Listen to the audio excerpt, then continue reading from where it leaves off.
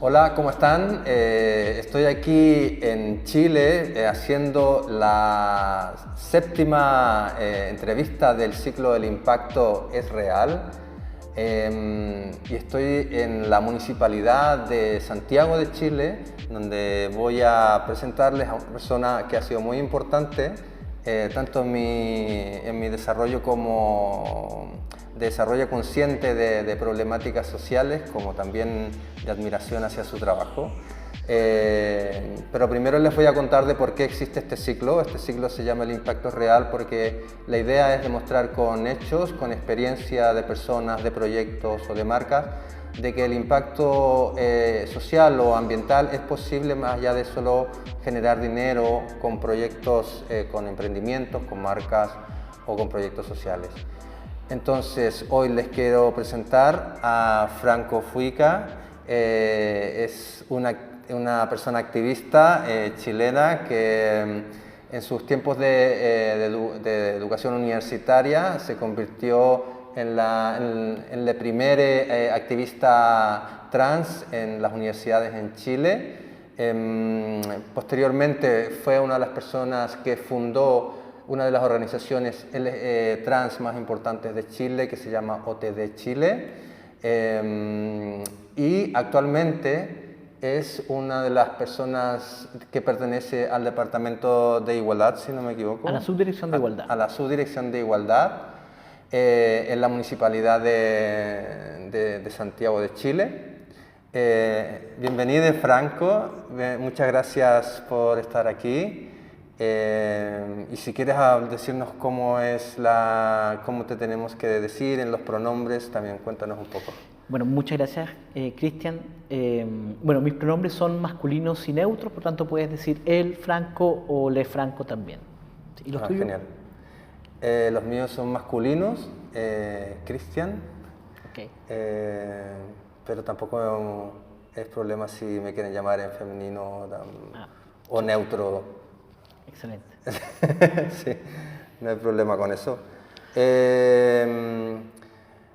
Se me quedó algo en el tintero sobre lo que tú haces acá en la municipalidad. Cuéntanos un poquito. Bueno, yo acá soy la persona que se encarga de la vinculación con la comunidad LGBTIQ+, de Santiago, tanto, digamos, en términos políticos como con las organizaciones, como también en términos sociales, cuando hay gente que necesita algún tipo de apoyo, también ofrecemos ese apoyo y gestionamos actividades, ¿cierto?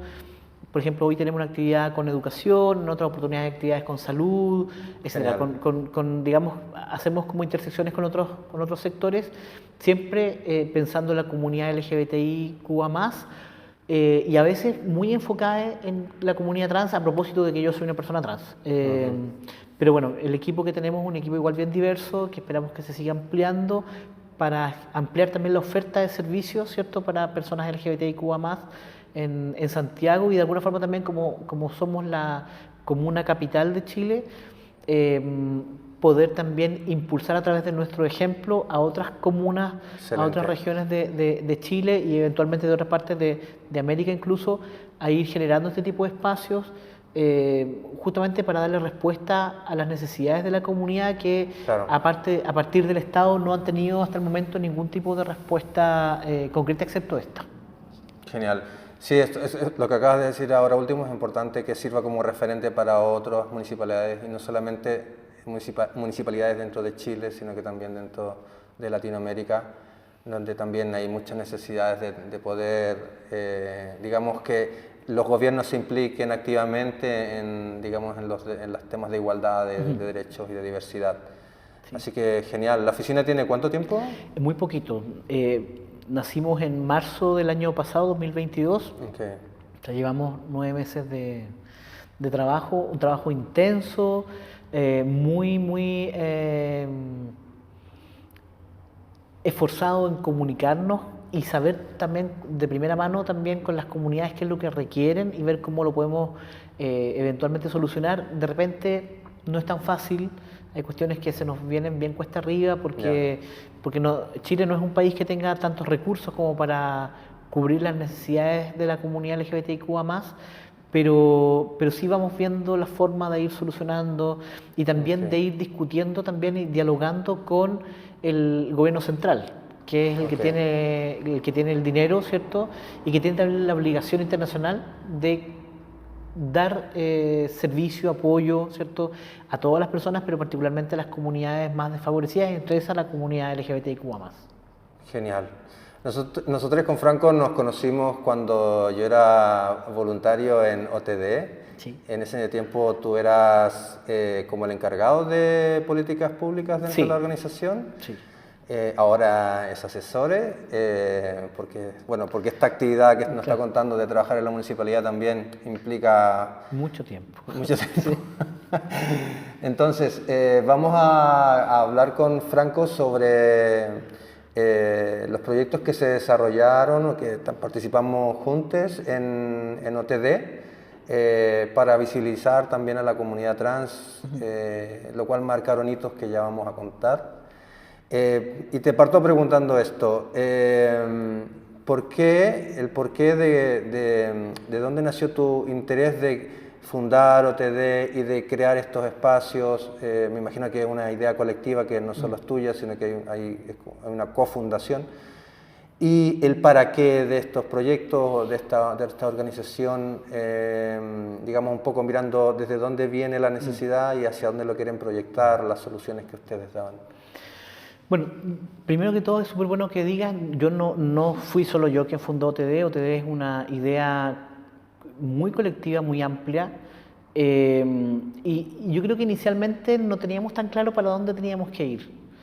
Yo creo que nos fundamos como para estar juntos, porque ser personas trans en un mundo que es 99,9% cis, es muy complejo, y conocer a otra persona trans te da una perspectiva distinta del mundo, te hace sentir de que no estás solo, que hay estrategias para la sobrevivencia, y yo creo que fue como la primera necesidad que cubrimos al formar OTD, como saber que hay más gente y al mismo tiempo saber de que quienes estábamos dentro éramos de alguna forma una comunidad abierta a otras personas.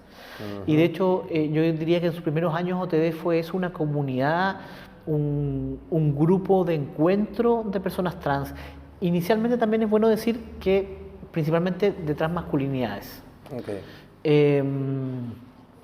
Y luego en ese mismo caminar es donde van surgiendo como necesidades.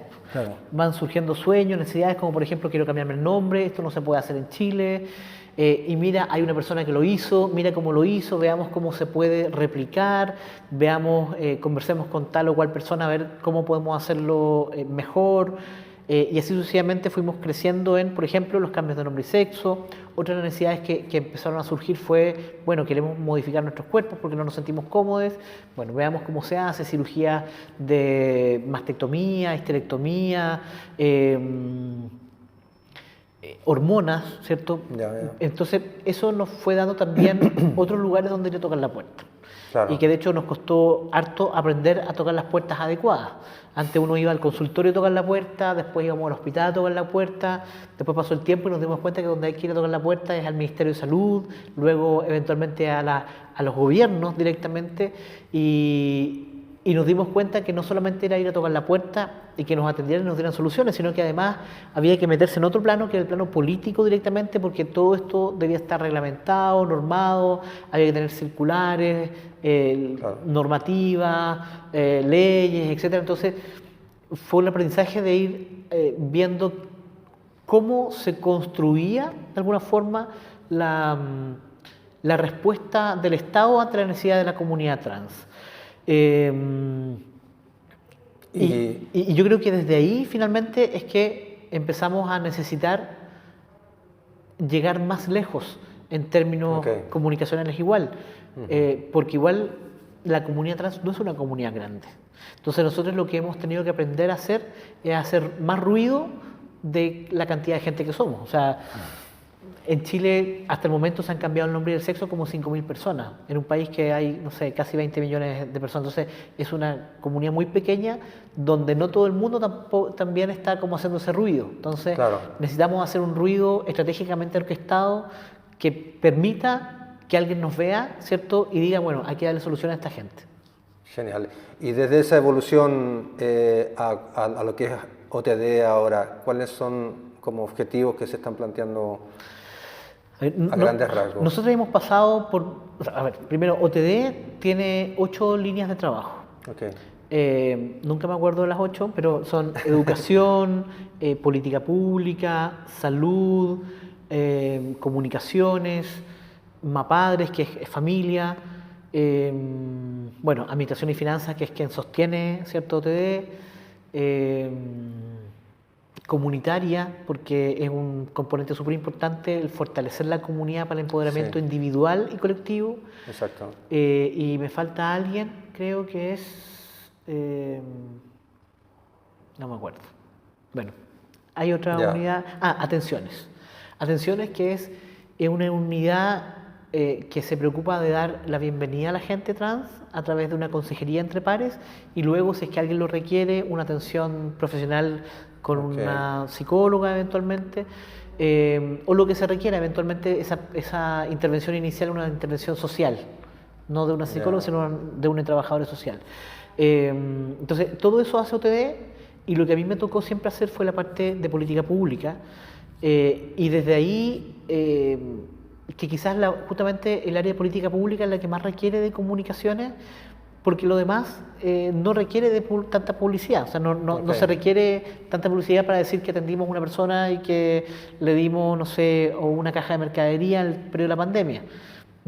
Eso quizás no es tan importante demostrarlo, pero sí es importante mostrar cuáles son las necesidades que tiene la comunidad y cómo estamos generando soluciones desde la sociedad civil para que el Estado se haga cargo. Entonces, esa es la parte política que está súper de la mano con comunicaciones. Y cómo hemos ido como desarrollando eso en el tiempo ha sido, bueno, de menos a más, viendo cuáles son las necesidades que tenemos. Yo me acuerdo cuando nosotros trabajamos, creo que primero en el Transfest y después en la encuesta T, y cuando fue el Transfest, no sé si tú te acuerdas, pero fue una respuesta como también a los movimientos LGB de Chile, que en ese momento nosotros salimos a marchar por primera vez por la ley de identidad de género y fuimos totalmente invisibilizadas en la marcha, porque en verdad a las comunidades LGB no estaban, digamos, impregnadas de los temas trans. Por tanto, lo que tuvimos que hacer es hacer una actividad aparte, única y exclusivamente para nuestra comunidad. Una, porque necesitábamos tener un espacio de referencia, un espacio de vivencia trans. Claro. Y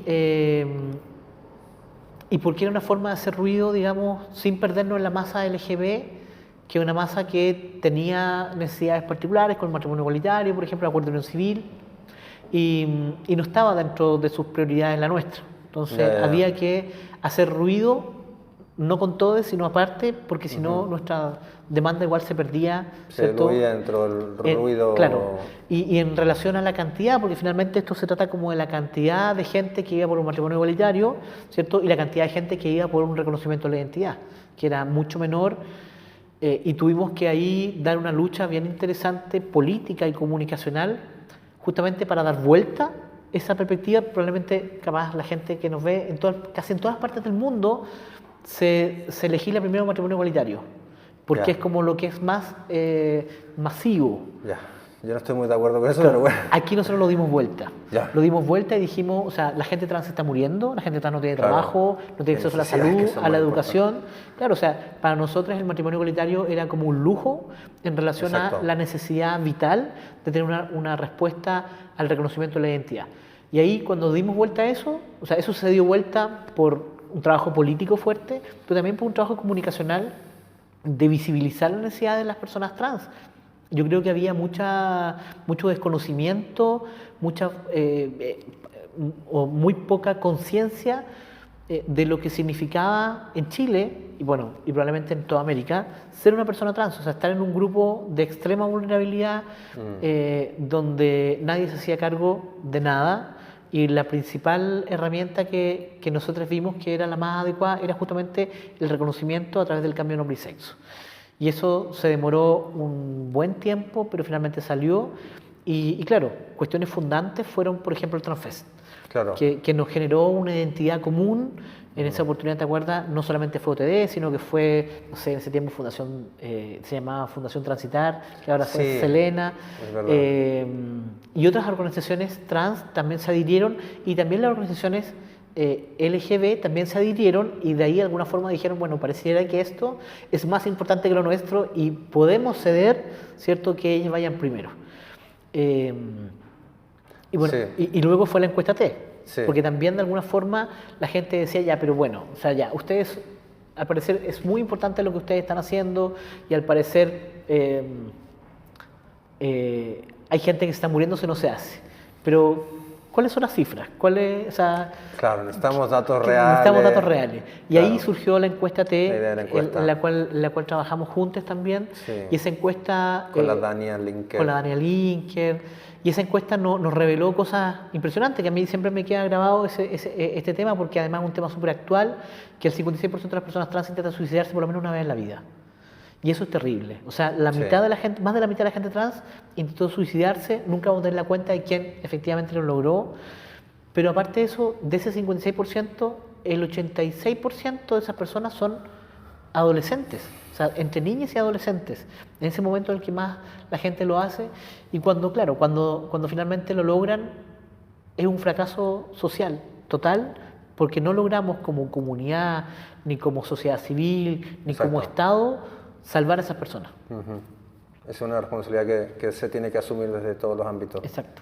Sí, para ponerlo en contexto, como decía Franco hace un momento, primero estuvo el Transfest, que fue como el primer evento donde la comunidad trans se hizo visible en la comunidad, en Santiago al menos, y era un hito, se convirtió en un hito muy importante. Ahí trabajamos junto a la parte de comunicación, se hizo unas fotografías que quedaron Sí. muy bonitas, donde bueno, obviamente tenían que estar presentes los colores de la identidad trans. Se creaba un eslogan, bueno, y hubo todo un trabajo de comunicación que era muy importante porque como era el primer hito también había que dar un mensaje súper claro de qué queríamos intentar hacer. Igual, yo creo que es súper importante decir que la comunidad trans, antes de eso, era medio visible, pero era visible desde un prejuicio. O sea, Ya. primero, la comunidad trans no se entendía como transmasculinos ni niñas trans, se entendía como que había mujeres trans Sí. y que todas eran trabajadoras sexuales. Ya. Esa era como la visión. Y de alguna forma el Transfest quiebra eso, no sé si tú te acuerdas, ese día el Transfest, como la última parte, cuando se suben muchas niñas al escenario y Sí. cantaron, eso fue impactante. Y la gente ahí se da cuenta que, bueno, que al parecer no solamente son mujeres trans, sino que las personas trans son desde siempre trans. Y lo vieron en toda esa cantidad de niñas que cantaban y fue muy, muy, muy emocionante, Fue yo muy me bonito, acuerdo. sí. Yo siento que ahí también hubo un quiebre bien importante, muy, muy, muy Romper interesante. con los tópicos, con los estereotipos también de la comunidad trans, qué diversidad tiene, Claro. es más amplia, ¿no? Claro. Sí, eso fue muy importante. Y lo otro que trabajamos es, como tú dices, lo de la encuesta T, que también yo me siento muy orgulloso de ser parte de esos proyectos. Agradezco la invitación que me hicieron y confiar en mí. Claro, lo que tú dices, se necesitaban cifras concretas para poder demostrar al gobierno, para que se pudieran hacer políticas públicas, necesitaban datos reales. Sí. Me acuerdo que trabajamos también la comunicación ahí, nos cuidamos mucho con Dania también, que trabajamos en conjunto, de qué decir, cómo decirlo, los materiales que se iban a usar, los soportes físicos que íbamos a utilizar. También se hizo una campaña también que se hizo por redes sociales, donde se invitaron a diferentes personas trans que se quisieran mostrar en espacios públicos, digamos, porque el concepto era que las personas trans estamos en la vida cotidiana, ¿no? Como que no se están en un lugar así oscuro o cerrado, ¿no? Que somos parte todos de la comunidad y esa era un poco la idea de la campaña a nivel comunicacional que se hizo con Encuesta T. Al final ese proyecto se ha seguido replicando. ¿Cómo ha funcionado? No. Siempre ha sido nuestra intención seguir haciéndolo en algún momento, pero no tenemos el financiamiento para hacerlo Claro. aún. Y han surgido como otras necesidades. Por ejemplo, la pandemia nos trajo la necesidad de apoyar directamente a la comunidad, y ahí se ha invertido harto en ello, ha habido como harto apoyo de otras organizaciones que financian como para apoyar eso directamente, porque en verdad, bueno, la pandemia dejó al descubierto la vulnerabilidad de las personas trans. O sea, todo el mundo era vulnerable en ese momento, las personas trans estaban en una posición mucho peor. Entonces no hemos seguido, pero sí siempre está como la idea de hacerlo. Digo, porque por ejemplo la municipalidad acá también tiene que hacer algún tipo de rastreo, ¿no? De crear... O sea, está dentro de nuestros planes hacer varias cosas, o sea, pero como esto es un espacio un poco más reducido en términos de geográfico, porque solamente es Santiago, claro. Es complejo, además que, bueno, la comuna de Santiago es una comuna súper compleja, que tiene muchas interseccionalidades, la migración, no sé, las universidades que están acá, el mismo gobierno que ocupa el mismo espacio geográfico, entonces es una comunidad súper variada que no sé si sea una comunidad modelo para hablar de Chile. En algunas cosas sí, pero en otras cosas no tanto, porque acá como que se sobrepotencian algunas cuestiones. Entonces, yo creo que sí es necesario hacer eventualmente un estudio muy amplio, muy grande. De hecho, lo estamos viendo con el gobierno regional, que ve toda la región, para avanzar en algo así. Todavía está como en carpeta. Esperemos que no sé, los próximos 6 meses tengamos alguna respuesta de eso. Genial.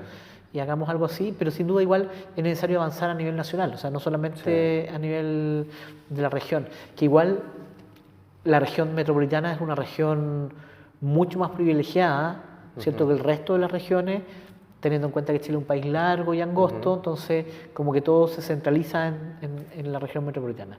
Entonces la idea es como tratar de llegar a todos. No sé cómo vamos a lograr eso todavía, pero bueno, tenemos que intentarlo. Estamos ahora en un gobierno que es más cercano a nuestra comunidad y esperamos que ellos faciliten, ¿cierto?, que podamos llegar a puntos de conocer más a la comunidad y al mismo tiempo de conocerla más, logremos también mayores respuestas. O sea, partiendo eventualmente de una institucionalidad, por ejemplo, que se encargue, no solamente como nosotras acá en la municipalidad, sino una institucionalidad a nivel nacional que se encargue de estos temas y que dé respuesta, ¿cierto?, a las necesidades que tiene toda la comunidad en todo Chile, que además, teniendo en cuenta que este país es tan diverso, se dan realidades distintas en cada uno de los lugares. Entonces, hay que ir como adecuándose a eso y ir dando respuestas desde lo más básico, ¿cierto?, como es la educación, la salud, el trabajo, hasta cuestiones mucho más complejas, por ejemplo, respecto a la identidad, ¿cierto?, al no binarismo, al acceso a la salud, en hormonas, cirugías y otras cosas, ¿cierto?, hasta llegar al punto de la reparación. O sea, porque el Estado debe entender, ¿cierto?, que la situación de vulnerabilidad que las personas trans viven no es algo gratuito, no es algo propio de las personas porque sí, sino porque hay una sociedad a la cual se le ha permitido discriminar, se le ha permitido y incluso se le ha celebrado la discriminación, lo que ha dejado a las personas trans en una situación de vulnerabilidad eterna. O sea, hay gente vieja, no sé, mucha gente que se murió en el camino, que no alcanzó a recibir, no alcanzó a cambiar su nombre, no alcanzó a nada. Entonces esa gente, y yo creo que memoria también de esa gente, y de la gente que hoy vive, y de la gente que va a vivir en gobiernos eventualmente de derecha acá en Chile, que van a llegar en algún momento, y que esperemos que ojalá que no lleguen, pero en memoria de todas esas personas, y pensando en todas ellas, tenemos que generar acciones robustas, fuertes, que permanezcan en el tiempo. Sí, eso es re importante. Cerrando un poco el tema de estos dos proyectos importantes, como fue el Transfest y como fue Encuéstate, en ambos se hizo como un trabajo de comunicación donde se tuvo en cuenta poder tener, por ejemplo, tener de partners a otras organizaciones sociales, pero en el caso de Encuéstate tuvo un evento final que tuvo una razón de ser también, como me imagino, como un poco estratégica a nivel de comunicación, porque se hizo en un espacio del gobierno, creo. Sí. Como para ir cerrando la idea de los proyectos, ¿por qué se hizo a nivel comunicacional, se pensó en ese espacio y por qué también se creó un informe que digamos, da constancia de todo de la investigación que se hizo, de la encuesta. Cuéntame desde tu visión, ¿cuál fue la necesidad a nivel de comunicación, de por qué se hizo todo este evento de cierre y todo eso? Nosotros presentamos el proyecto de ley de identidad de género en el 2013, en mayo de 2013. Y estuvo ahí durmiendo por harto tiempo, antes de que avanzara en la idea de legislarlo, la primera, el Senado, luego la Cámara de Diputados, etc. Entonces, pero digamos que en Chile, ¿cierto?, el colegislador preferencial es el Estado, o sea, el gobierno en este caso. Y nosotros fuimos construyendo una relación con el gobierno, en ese tiempo del gobierno de Michelle Bachelet. Fuimos construyendo una relación con ella, fuimos construyendo ideas, ¿cierto?, de cómo debiese dirigirse ese proyecto. De hecho, una de las razones también por las cuales se crea la encuesta T es justamente para dar esas cifras que eran necesarias para que los diputados, los senadores tomaran conciencia y pudieran votar, ¿cierto?, con más información, porque igual cuando algo no está como escrito, ¿cierto?, o está bien detallado comunicacionalmente, el gráfico, la imagen, no sé, la persona contando su historia, entonces si eso no se tiene, como que en realidad no se tiene nada, porque la gente necesita tener algo ahí físico. Entonces, bueno, se hizo con el gobierno esa actividad porque el gobierno tenía la capacidad de invitar a diputados, senadores, ¿cierto? Nosotros no teníamos ninguna capacidad de hacer eso. Entonces... se transformó en un aliado, entonces. Sí, en ese momento fue un aliado, momento fue un aliado importante. Y claro, y llegar a ellas, transmitir también trozos, ¿cierto?, de la presentación fue también súper importante. O sea, finalmente, nosotros hicimos ese espacio, ¿cierto?, que duró, no sé, 2 horas, 3 horas, y de ahí sacamos muchos otros subproductos, ¿cierto?, para seguir impactando a través también de las redes sociales, porque finalmente, claro, cuando tú tienes un evento como ese evento, ¿cierto?, de la encuesta T, o como el mismo Transfest, si tú lo haces y luego te vas a tu casa, ya eso, se diluye, ahí ¿no? se murió, claro. Exacto. Entonces, hoy en día es necesario capturar todo, sacar subproductos, impactar y al mismo tiempo hacer sinergia con otras cosas. De hecho, nosotros tuvimos una situación muy particular que yo creo que se dio en Chile, no sé si se dará en otro lugar en algún momento cuando estén discutiendo la identidad de género, que fue la película Una mujer fantástica, donde aparecía Daniela Vega. Esa película, en conjunto con todo lo que habíamos hecho, fue una sinergia total para que el tema trans, en el momento que se estaba discutiendo el último año, se convirtiera en el tema, en un tema constante de conversa, muy mediático, pero eso significó, ¿cierto?, una inversión importante en términos comunicacionales. O sea, no es algo como que yo presento un proyecto de ley y luego me voy a mi casa. O sea, hay todo un tema de que hay que seguir soplando, ¿cierto?, para que esto siga subiendo.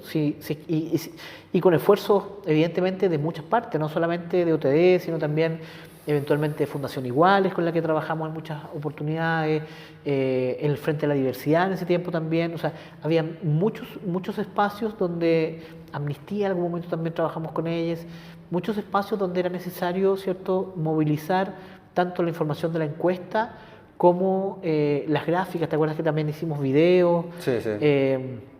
Videos algunos súper impactantes, que lo que buscábamos era eso, o sea, impactar, ¿cierto?, para que la gente tomara conciencia de que ser trans, primero, no era un capricho, ¿cierto?, no era una etapa, no se le iba a pasar a nadie, y que la gente trans necesitaba soluciones ahora. Entonces, o sea, yo siento que sin hacer este como trabajo comunicacional no es posible hoy en día, en estos tiempos de la masividad y la inmediatez, movilizar algo tan grande como eso, y tan grande para nosotros y al mismo tiempo tan pequeño para el resto del mundo, porque para el resto del mundo esto no es algo grande, es algo más. Para nosotros es una empresa enorme, y que la única forma de levantarla es de esa forma. No, es genial el tener esa visión estratégica de cómo la información te puede ayudar a posicionar, ¿no?, un movimiento, una necesidad, un derecho, una lucha por un derecho. Creo que tener como una planificación en el tiempo de qué quieres ir haciendo con un proyecto así es importante, y tener aliados y crear partners y crear conexiones y sinergias. Genial, o sea, estos dos proyectos a mí me encantaron. Creo que bueno, el estar acá también trabajando en la municipalidad tiene que ver con haber empezado con este tipo de proyectos y de visibilizar a la comunidad y las necesidades. O sea, en el fondo también estamos hablando de visibilidad, como para el resto de la comunidad, digamos, chilena, pero en especial la de Santiago, estas actividades, estos proyectos han significado que hay una visibilidad que es importante trabajar en ella, ¿no? Y que la municipalidad se haga parte también es como el resultado de esto. Para ir cerrando, quisiera que, dada tu experiencia de muchos años de activismo y pensando en organizaciones que quisieran trabajar el tema de la diversidad, el tema de la inclusión, sobre todo los que están pensando en hacer campañas o proyectos de temas LGTBIQ+, desde la comunicación, ya hablamos un poco de la estrategia, ¿qué consejos le darías tú que deberían enfocarse más al principio cuando comienzan un proyecto? ¿En qué aspecto de la comunicación podrían enfocarse más al principio cuando empiezan un proyecto? Yo siento que hay que tener en cuenta qué es lo que se quiere lograr. Yo creo que en estos temas inicialmente uno parte como con la sensibilización, y esa sensibilización debe ser, desde mi punto de vista, como una invitación a la empatía, una invitación a que ojalá tú puedas sentir lo que yo estoy viviendo. Y en ese sentido, de repente no es algo que deba ser tan complejo, sino algo como simple, que te demuestre, por una parte, lo eventualmente fácil o invisible que es para, no sé, para mucha gente, no sé, subirse a la micro, por ejemplo, o conseguir un trabajo. Y lo difícil que es para una persona trans hacerlo. Llegar como a esos puntos que la gente considera que son como obvios, entrar a la universidad o ir a clases. O sea, lo difícil que es para una niña trans hacerlo sin que eso signifique una vulneración constante. O ir a pedir una hora médica y que te atiendan. Y que salgas feliz de ahí porque todo estuvo bien. O sea, creo que llegar a esas como conexiones emocionales de cosas simples hace que la gente pueda empatizar. Porque finalmente yo siento que este como aprendizaje próximo, ¿cierto? Que es como entre lo que tú sientes y lo que yo siento, llegar a un punto medio para que tú lo sientas, es básico para que haya más gente que esté disponible a escucharte, a entenderte y a no oponerse. Porque de repente a veces lo que se requiere no es que la gente esté a favor tuyo, sino que diga, bueno, sí, tienen derecho, que hagan lo que quieran. Porque ya tenemos gente que se encarga activamente de estar en contra. Entonces ya esa gente, cuando uno logra que esa gente por lo menos se neutralice y se quede en silencio, ya es un logro. Ahora, si es que logramos además que haya gente que se quiera sumar, ¿cierto? Y que del silencio pase a la activación,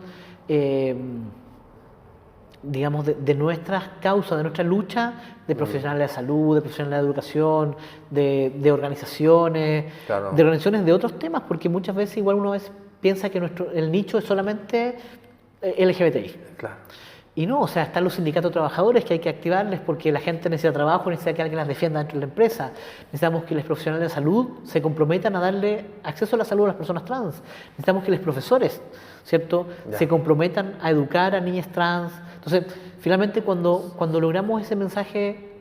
Como transversal, ¿no? Claro, transversal, muy amplio, ¿cierto?, es cuando logramos que esa gente se ponga en nuestro favor o se quede en silencio. También, yo creo que también es importante tener en cuenta que siempre, cuando tenemos gente que activamente está en contra nuestra, es posible que hagamos que surja más gente en contra nuestra. Pero cuando logramos que haya gente que por lo menos siente y piensa que lo que nosotros estamos haciendo es justo, que estamos en una lucha por la justicia social, esa gente saca la voz. De hecho, yo recuerdo en Twitter, y yo creo que la gente que nos puede ver, no sé, y puede revisar los canales de temas trans en Chile, cuando alguien hoy en día dice alguna burrada no sé, por ejemplo, que lo hacen mucho con Emilia Schneider, que es nuestra diputada trans. Ya he visto algunos vídeos. Es terrible porque es una cuestión que no para, es a diario, pero yo creo que hoy en día las personas trans no tenemos tanto que salir a defendernos, sino porque cuando viene una ofensa hay 20, 30, 50, 100 personas, cisgénero eventualmente, u otras personas, ¿cierto?, que salen a la defensa de las personas trans. Y eso es súper interesante y eso se ha logrado, yo creo, a través de hacer una comunicación efectiva. Que empatice, ¿no? Que empatice, claro, y que provoque esa como... esa rabia, ¿cierto?, de que se está dando un hecho injusto en contra de una persona que tiene los mismos derechos, pero a veces más dificultades para defenderse. Ya. Entonces, no, yo creo que eso es fundamental y quizás como última cosa, creo que por lo menos las comunicaciones a nosotros nos han ayudado a levantar algo que sostenemos muy pocas personas. Y ampliarlo comunicacionalmente hace que pareciera que fuéramos más y la gente tiene más también facilidad de acercarse. Yeah. Así como tú que fuiste voluntaria, cuando esto siguió creciendo, hubo mucha más gente voluntaria que quiso hacer ese voluntariado, que quiso hacerlo de manera comprometida. Y yo creo que cuando hay voluntarias comprometidas a hacer algo, comprometidas, que hacen su pega bien, es un tremendo avance y una economía también, sin duda, para las organizaciones que muchas veces no tienen recursos. Sí. Entonces, yo creo que encontrar a una persona que quiera hacerlo bien va a llamar a otras tantas personas también a colaborar. Sí, es verdad. Bueno, vamos a cerrar ya la entrevista. Franco, te agradezco por esos consejos. Espero que tomen notas a donde nos están escuchando. La idea, como partimos diciendo, era que a través de las experiencias que nos está contando Franco en este momento, otras organizaciones, otros proyectos, otras campañas puedan tener esta experiencia como ejemplo para hacerlo bien, para hacerlo mejor, porque siempre es importante la experiencia como ejemplo para poder tener mejores resultados, ¿no?, si es que estás partiendo en algo. Así que nada, muchas gracias, Franco. Espero que nos sigamos en contacto como siempre. Y agradecerles a ustedes por estar hasta ahora escuchando esta entrevista. Decir que esta entrevista se va a transmitir, se va a publicar en Instagram, en LinkedIn y en YouTube. Ya pasaré todos los links en el post. Y agradecer, como siempre, que sigan este ciclo, que vienen más entrevistas y más invitados interesantes y que yo admiro mucho como Franco. Franco, muchas gracias. No sé si quieres decir algo más. No, bueno, yo siempre estoy muy disponible también si es que alguien quiere algún consejo, conversar, dialogar de algo trans o de algo de estas campañas que hemos hecho, del avance que hemos tenido en Chile. Igual estoy muy disponible, probablemente a través de tu propio canal.